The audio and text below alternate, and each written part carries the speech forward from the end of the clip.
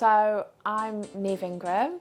I'm 20 years old. I'm from the northeast originally, but I'm based now in Leeds. I'm in my final year for digital media and I do a lot of freelance work in like electronic music. So I do freelance journalism, I'm Mixmag's weekend editor, I do a bit of DJing, freelance writing more generally for other publications and like artists and DJs. I now work for Mixmag for their weekend editor, which is obviously freelance. And I have a podcast called Belta, which shares like people in electronic music from the north, but I like to get people on from the northeast because it's very underrepresented, like in the music industry, but also in electronic music. That's really fun at the minute. I don't really know where I want to go with it all. I'm just kind of doing things that I enjoy at the minute. Yeah, I started writing for a little uni magazine called Liffey magazine, and it kind of all snowballed from there. I found out more about freelancing, pitching. Electronic music is typically a very male-dominated industry, straight white male. There are things changing, there are things happening. You know, we're getting more women and women of marginalised communities as well involved, more non-binary, transgender people. However, there is definitely still a bit of a stigma, I'd say, in the sense of, I've been asked, multiple times, kind of like, who have you been with to get in this industry? Who have you slept with to get in this industry? That kind of thing. And, that's very problematic, even if it is said as a joke. It's great to see that there's more women being put into roles. We definitely need a lot more equality in terms of lineups on, festival bills, event bills, that kind of thing.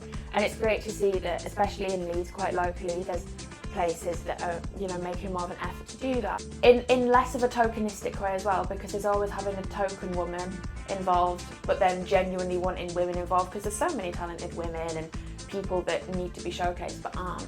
I think personally, I definitely want to contribute to that through my work. When I do my Mixmag work, I'll prioritise stories for the weekend that are from women, transgender, non-binary people. That's kind of like a very small thing, but when that's going out on a massive worldwide publication. And then as well, like even with Belta, with my podcast, I try to get women on, women from marginalised backgrounds to, show people, you can do this, whether that is working in the forefront as a DJ or performer or in the background. Like I've had journalists and PR people involved, women as well. So I'd say for sure that my biggest achievement so far is being sent abroad to cover festivals.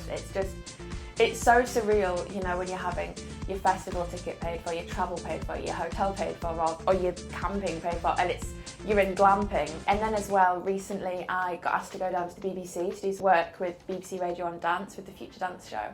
That was actually asked of me because the producers listen to my podcast and find my podcast. So it kind of does show how these things that you do, even if, it's a lot of effort, they do pay off.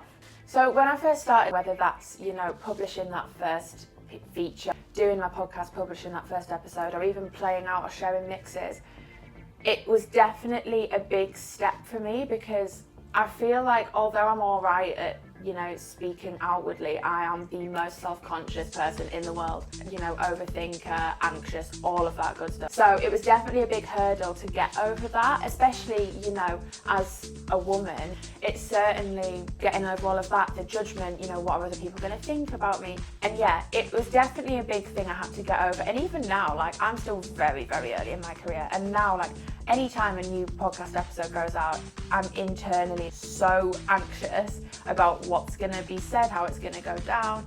Even if like, a festival review piece goes out, what are people going to think of my thoughts?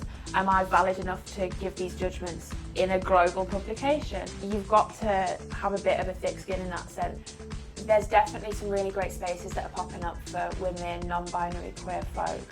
So there's a great club night called Aurora Sound. They do some great work spotlighting these communities, these people that otherwise wouldn't get potential to.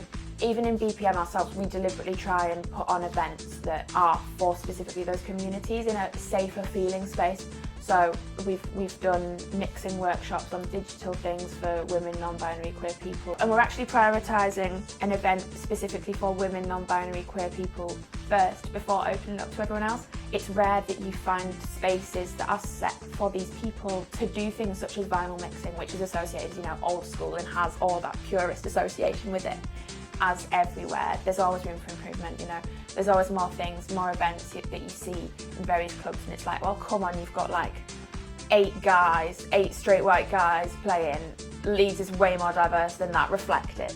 So So in terms of aspirations for the future, I'm just kind of doing what I enjoy at the minute, and I'm just going to keep going and see what happens. When I have the capacity to do all my freelance stuff full time, I'm really excited to see where that'll go. I could probably say a different person every time, but right now I think my favourite female producer is a girl called BTSS.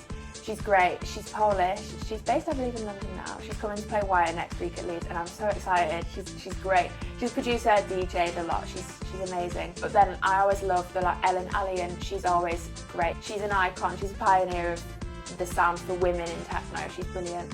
I think if I was to describe myself in a couple of words, I'd probably go with quite energetic, and I like to say considerate maybe, because I feel like within the work that I do I like to ensure that everyone's quite satisfied, everyone's quite happy, whether that's, you know, the audience reading or listening to my stuff or the people that I'm involved. Because at the end of the day, if I'm interviewing someone, they're another person. I want to make them feel like we're just having a chat, we're having a conversation, not some weird journalist interviewee power dynamic. So yeah, I'd say considerate maybe.